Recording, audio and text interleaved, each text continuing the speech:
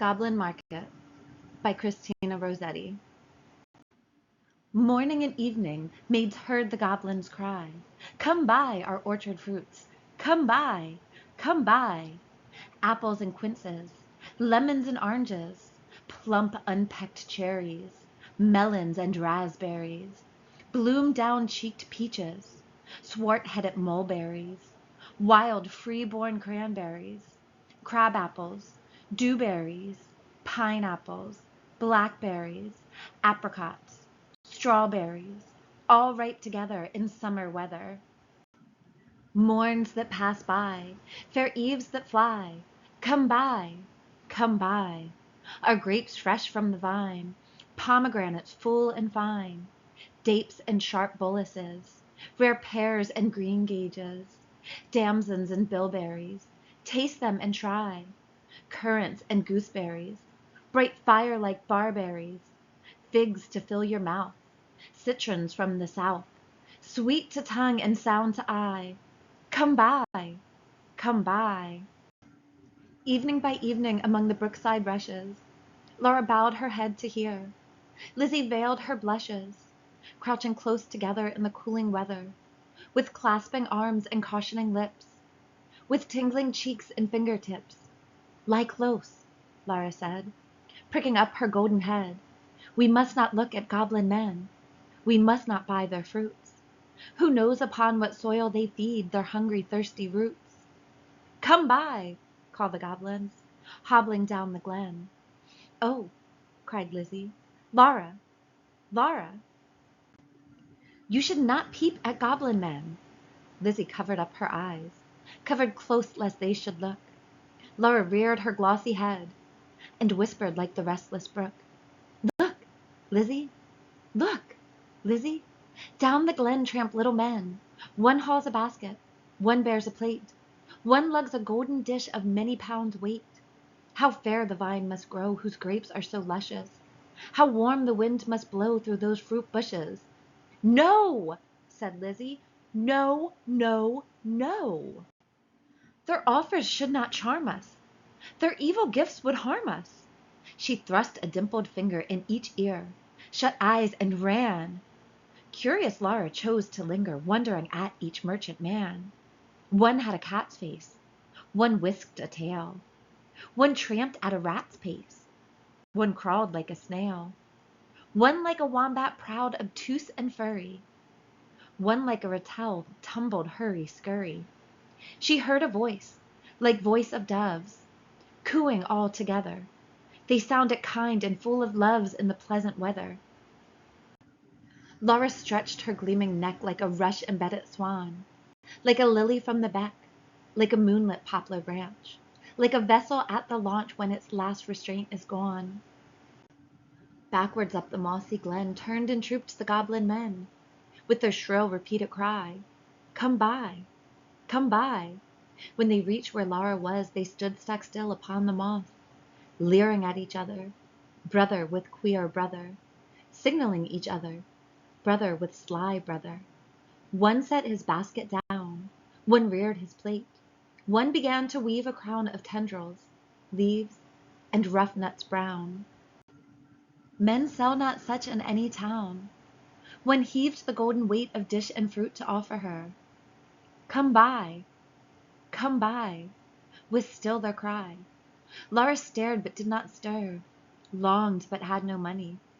The whisk-tailed merchant bade her taste in tones as smooth as honey. The cat-faced purred, the rat-faced spoke a word of welcome, and the snail-paced even was heard. One parrot-voiced and jolly cried, "Pretty goblin," still for "Pretty Polly," one whistled like a bird. But sweet-toothed Laura spoke in haste, "Good folk, I have no coin, to take were two purloin. I have no copper in my purse, I have no silver either, and all my gold is on the furze that shakes in windy weather above the rusty heather." "You have much gold upon your head," they answered all together. "Buy from us with a golden curl." She clipped a precious golden lock, she dropped a tear more rare than pearl, then sucked their fruit globes fair or red. Sweeter than honey from the rock, stronger than man-rejoicing wine, clearer than water flowed that juice. She never tasted such before. How should it cloy with length of use? She sucked and sucked and sucked the more fruits which that unknown orchard bore. She sucked until her lips were sore, then flung the emptied rinds away, but gathered up one kernel stone, and knew not was it night or day as she turned home alone. Lizzie met her at the gate, full of wise upbraidings. "Dear, you should not stay so late. Twilight is not good for maidens. Should not loiter in the glen in the haunts of goblin men. Do you not remember, Jeanie, how she met them in the moonlight, took their gifts both choice and many, ate their fruits and wore their flowers plucked from bowers where summer ripens at all hours? But never in the noonlight she pined and pined away, sought them by night and day, found them no more, but dwindled and grew gray, then fell with the first snow, while to this day no grass will grow where she lies low. I planted daisies there a year ago that never blow. You should not loiter so." "Nay, hush," said Lara. "Nay, hush, my sister. I ate and ate my fill, yet my mouth waters still. Tomorrow night I will buy more," and kissed her. "Have done with sorrow. I'll bring you plums tomorrow, fresh on their mother twigs. Cherries worth getting. You cannot think what figs my teeth have met in. What melons icy cold, piled on a dish of gold too huge for me to hold. What peaches with a velvet nap, pellucid grapes without one seed. Odorous indeed must be the mead whereon they grow, and pure the wave they drink with lilies at the brink, and sugar sweet their sap. Golden head by golden head, like two pigeons in one nest folded in each other's wings, they lay down in their curtained bed, like two blossoms on one stem, like two flakes of new fallen snow, like two wands of ivory tipped with gold for awful kings. Moon and stars gazed in at them, wind sang to them lullaby, lumbering owls forbore to fly, not a bat flapped to and fro round their rest, cheek to cheek and breast to breast, locked together in one nest. Early in the morning, when the first cock crowed his warning, neat like bees, as sweet and busy, Laura rose with Lizzie, fetched in honey, milked the cows, aired and set to rights the house, kneaded cakes of whitest wheat, cakes for dainty mouths to eat, next churned butter, whipped up cream, fed their poultry, sat and sewed, talked as modest maidens should, Lizzie with an open heart, Laura in an absent dream, one content, one sick in part, one warbling for the mere bright day's delight, one longing for the night. At length slow evening came. They went with pitchers to the reedy brook, Lizzie most placid in her look, Laura most like a leaping flame. They drew the gurgling water from its deep. Lizzie plucked purple in rich golden flags, then turning homeward said, "The sunset flushes those furthest loftiest crags. Come, Lara, not another maiden lags, no wilful squirrel wags, the beasts and birds are fast asleep." But Lara loitered still among the rushes, and said the bank was steep, and said the hour was early still, the dew not fallen, the wind not chill, listening ever but not catching the customary cry, "Come buy, come buy," with this iterated jingle of sugar-baited words, not for all her watching once discerning even one goblin racing, whisking, tumbling, hobbling, let alone the herds that used to tramp along the glen, in groups or single, of brisk fruit merchant men, till Lizzie urged, "Oh, Lara, come, I hear the fruit call, but I dare not look. You should not loiter longer at this brook. Come with me home. The stars rise, the moon bends her arc, each glowworm winks her spark. Let us get home before the night grows dark, for clouds may gather though this is summer weather. Put out the lights and drench us through. Then if we lost our way, what should we do?" Laura turned cold as stone to find her sister heard that cry alone, that goblin cry. Come buy our fruits, come buy. Must she then buy no more such dainty fruit? Must she no more such succous pasture find, gone deaf and blind? Her tree of life drooped from the root. She said not one word in her heart's sore ache, but peering through the dimness, not discerning, trudged home, her pitcher dripping all the way. So crept to bed, and lay silent till Lizzie slept, then sat up in a passionate yearning, and gnashed her teeth for balked desire, and wept as if her heart would break. Day after day, night after night, Laura kept watch in vain, in sullen silence of exceeding pain. She never caught again the goblin cry, "Come buy, come buy." She never spied the goblin men hawking their fruits along the glen. But when the noon waxed bright, her hair grew thin and gray. She dwindled, as the fair full moon doth turn to swift decay, and burn her fire away. One day, remembering her kernel stone, she set it by a wall that faced the south, dewed it with tears, hoped for a root, watched for a waxing shoot. But there came none. It never saw the sun. It never felt the trickling moisture run.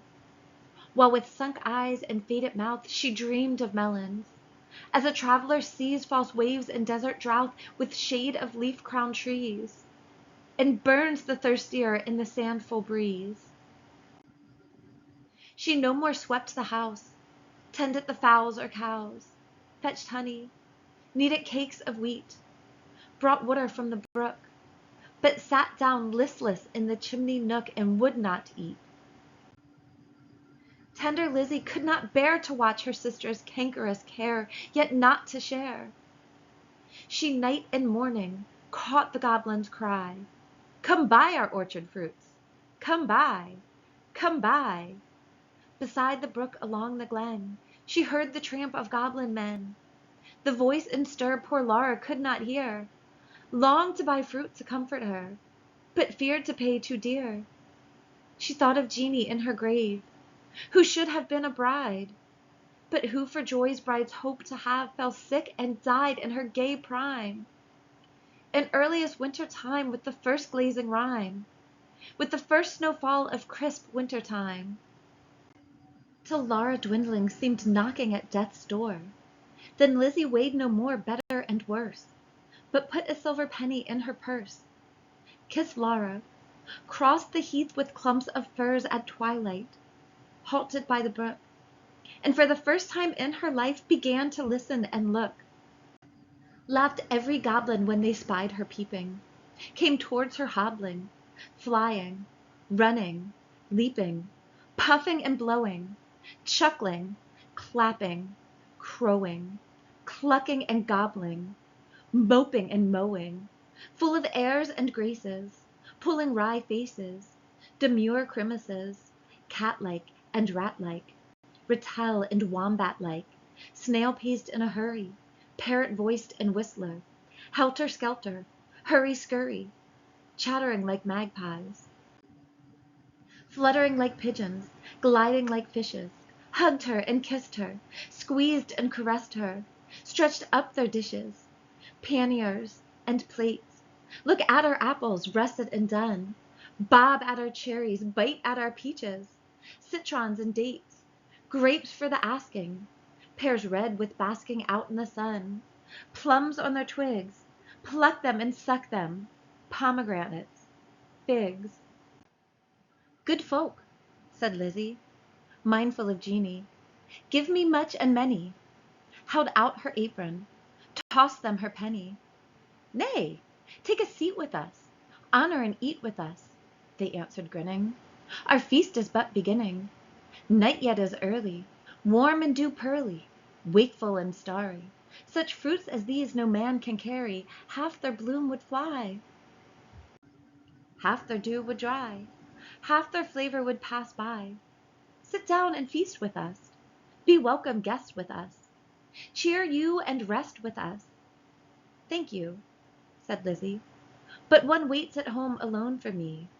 So without further parleying, if you will not sell me any of your fruits, though much and many, give me back my silver penny I tossed you for a fee." They began to scratch their pates, no longer wagging, purring, but visibly demurring. Grunting and snarling, one called her proud, cross-grained, uncivil. Their tones waxed loud, their looks were evil. Lashing their tails, they trod and hustled her, elbowed and jostled her, clawed with their nails, barking, mewing, hissing, mocking, tore her gown and soiled her stocking, twitched her hair out by the roots, stamped upon her tender feet, held her hands and squeezed their fruits against her mouth to make her eat. White and golden Lizzie stood, like a lily in a flood, like a rock of blue-veined stone lashed by tides obstreperously, like a beacon left alone in a hoary roaring sea, sending up a golden fire, like a fruit-crowned orange tree, white with blossoms honey sweet, sore beset by wasp and bee, like a royal virgin town topped with gilded dome and spire, close beleaguered by a fleet mad to tug her standard down.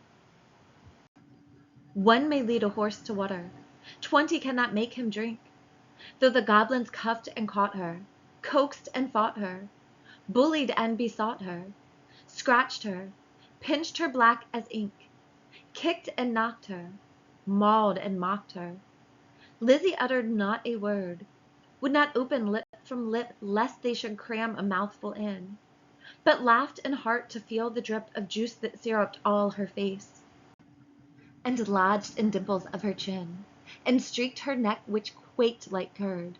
At last the evil people, worn out by her resistance, flung back her penny, kicked their fruit along whichever road they took, not leaving root or stone or shoot. Some writhed into the ground, some dived into the brook with ring and ripple, some scudded on the gale without a sound, some vanished in the distance. In a smart, ache, tingle, Lizzie went her way, knew not was it night or day, sprang up the bank, tore through the furze, threaded copse and dingle, and heard her penny jingle bouncing in her purse. Its bounce was music to her ear. She ran and ran as if she feared some goblin man dogged her with jibe or curse or something worse. But not one goblin scurried after, nor was she pricked by fear. The kind heart made her windy pace that urged her home quite out of breath with haste and inward laughter. She cried, "Laura!" up the garden. "Did you miss me? Come and kiss me. Never mind my bruises. Hug me, kiss me, suck my juices squeezed from goblin fruits for you, goblin pulp and goblin dew. Eat me, drink me, love me. Laura, make much of me. For your sake I have braved the glen and had to do with goblin merchantmen." Laura started from her chair, flung her arms up in the air, clutched her hair. "Lizzie, Lizzie, have you tasted for my sake the fruit forbidden? Must your light like mine be hidden? Your young life like mine be wasted? Undone in mine undoing? And ruined in my ruin? Thirsty, cankered, goblin-ridden?" She clung about her sister, kissed and kissed and kissed her. Tears once again refreshed her shrunken eyes, dropping like rain after long sultry drouth. Shaking with anguish, fear, and pain, she kissed and kissed her with a hungry mouth. Her lips began to scorch. That juice was wormwood to her tongue. She loathed the feast. Writhing as one possessed, she leaped and sung, rent all her robe, and wrung her hands in lamentable haste, and beat her breast. Her locks streamed like the torch borne by a racer at full speed, or like the mane of horses in their flight, or like an eagle when she stems the light straight toward the sun, or like a caged thing freed, or like a flying flag when armies run. Swift fire spread through her veins, knocked at her heart, met the fire smoldering there, and overbore its lesser flame. She gorged on bitterness without a name. Ah, fool, to choose such part of soul-consuming care, sense failed in the mortal strife, like the watchtower of a town which an earthquake shatters down, like a lightning-stricken mast, like a wind-uprooted tree spun about, like a foam-topped waterspout cast down headlong in the sea. She fell at last. Pleasure past and anguish past. Is it death or is it life? Life out of death. That night long Lizzie watched by her, counted her pulses' flagging stir, felt for her breath, held water to her lips, and cooled her face with tears and fanning leaves. But when the first birds chirped about their eaves, and early reapers plodded to the place of golden sheaves, and dew-wet grass bowed in the morning wind so brisk to pass, and new buds with new day opened of cup-like lilies on the stream, Laura awoke as from a dream, laughed in the innocent old way, hugged Lizzie but not twice or thrice. Her gleaming locks showed not one thread of gray. Her breath was sweet as May, and light danced in her eyes. Days, weeks, months, years afterwards, when both were wives with children of their own, their mother hearts beset with fears, their lives bound up in tender lives, Laura would call the little ones and tell them of her early prime, those pleasant days long gone of not returning time, would talk about the haunted glen, the wicked quaint fruit merchant men, their fruits like honey to the throat, but poison in the blood. Men sell not such in any town, would tell them how her sister stood in deadly peril to do her good, and win the fiery antidote, then joining hands to little hands would bid them cling together, for there is no friend like a sister in calm or stormy weather, to cheer one on the tedious way, to fetch one if one goes astray, to lift one if one totters down, to strengthen whilst one stands,